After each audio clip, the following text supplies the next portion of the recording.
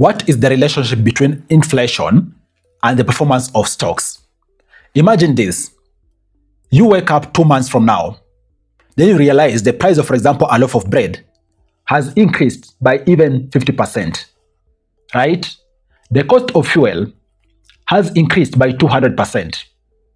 Generally, that is inflation happening in the economy, right? But what most people out there don't understand is that inflation impacts different companies in a different way in the stock market. Because with inflation, there are companies which gain very big in the stock market, and there are others which lose. That is what I want us to talk about in this video. How inflation affects the price of stocks, and most importantly for you as an investor, actionable knowledge for you, how different sectors or even different companies are impacted. So watch the whole of this video for you to really appreciate how inflation affects the price of stocks in the stock market and end up making informed decision. In case you are new here, my name is Afagza Sifunam. I am a finance expert and qualified accountant, bringing you amazing videos about making money and investing each and every day. In case those are kind of topics which you like, down there is a button called subscribe. Click that button to subscribe to this channel so that you don't miss out on any of the videos which I upload each and every day. And while you're still at it, drop a like on this video. Thank you for subscribing and liking this video. As a starting point, let's first of all look at what is inflation. Inflation is a general increase in price of basic commodities in the economy. What do I mean? Case in point, the basic commodities are, for example, foodstuff, the cost which people incur for transport, right, and so forth. So in case the price of foodstuff, maybe loaf of bread has increased by 130%, maybe sugar has increased by 20%, right? Vegetables have increased by 10%. On the other side, issues relating to transport, fuel has increased by maybe 180% or even 200%. And all these other related costs which are people utilize each and every day increase. Ultimately, the average increase in the price of the average bucket of commodity, that is inflation.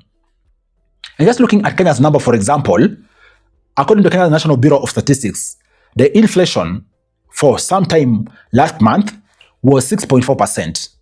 The previous month, it was 6.7%. It did decrease a bit, okay? Please remember this annualized inflation rate. That tells you inflation is trending on single digit, okay? So in case it jumps double digit, it begins being run away. What is bound to happen? And how is that going to affect you as an investor? First things first, in case inflation increases severely, your purchasing power is going to reduce because chances are your salary is not increasing commensurate to how inflation is behaving in the economy.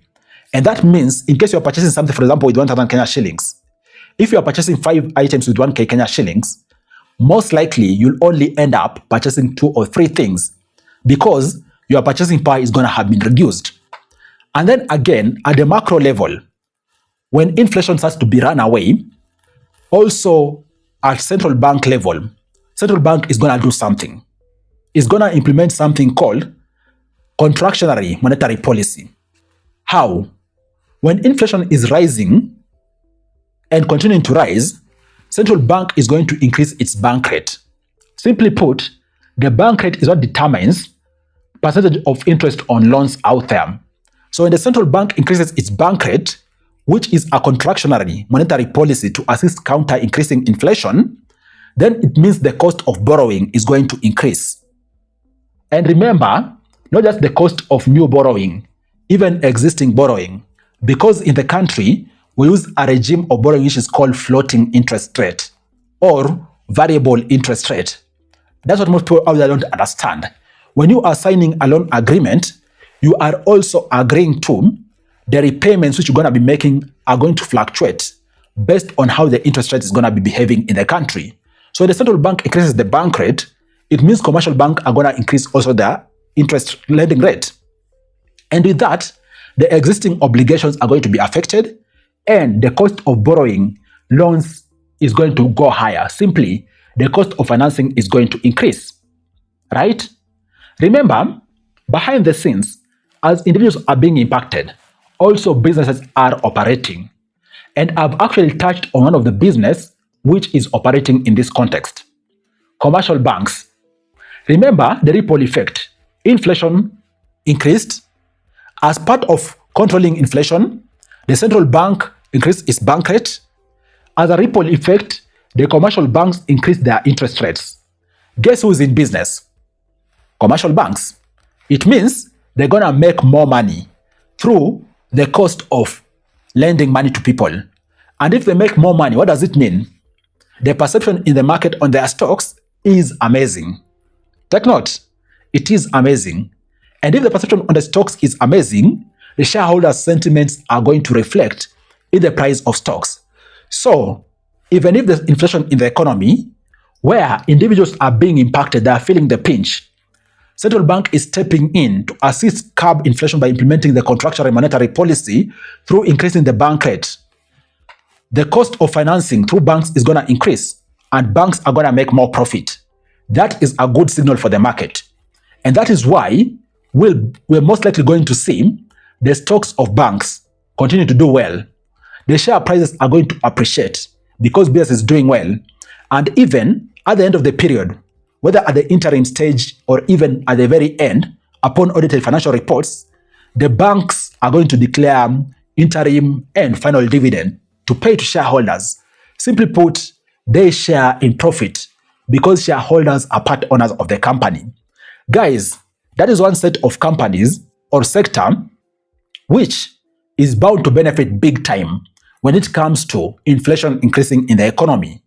And also related to that, also insurance sector is going to benefit big time when inflation increases in the economy because of the ripple effect I've spoken about. Okay? Having understood that, let's now talk about another set of companies which is also going to see their stock increase. And then lastly, I'm going to talk about the set of companies or sectors which are going to see their stocks dip. Another set of sector is those kind of businesses which do some kind of business called defensive investing style. What do I mean? I mean those kind of businesses whose the products or services are necessary evils. You can't avoid them. Case in point, a business in telecommunication, a company like Safaricom, whether inflation is increasing or not, you are going to make phone calls. You need data for you to be able to look at what is happening in the internet. You're going to purchase data. Okay? You are going to conduct business through M-Pesa. Safaricom has market dominance and it solidified its space in a way that it's competitively very high, and these products are in high demand despite the macroeconomic situations. So based on that and their defensive investment style or business approach, it means that also, even if inflation is increasing, their stock price is most likely going to increase because demand is going to continue being there, or even the worst can happen, it can stay stagnant. But given it's in demand and there's lots of volatility, it means the stock price is going to increase. Okay?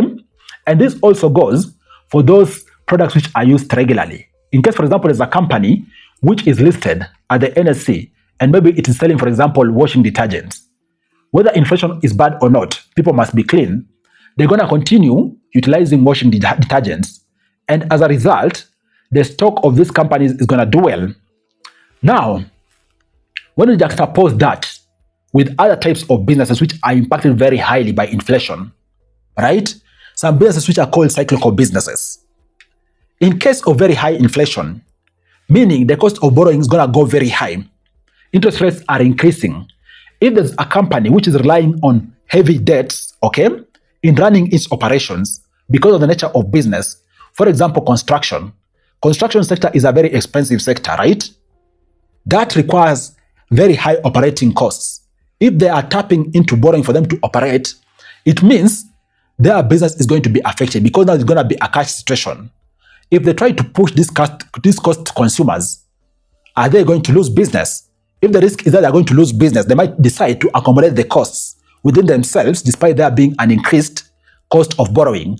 If they accommodate the costs, it means their profit is going to reduce.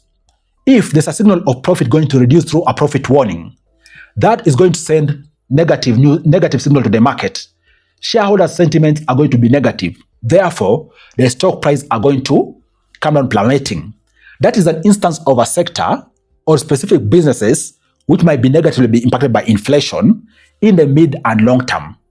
Guys, what do you think about this video? I hope by now you've understood the relationship between inflation and how the stock market performs. I hope this video has been amazing to you. Look forward to catching up with you in the next video. Cheers and take care.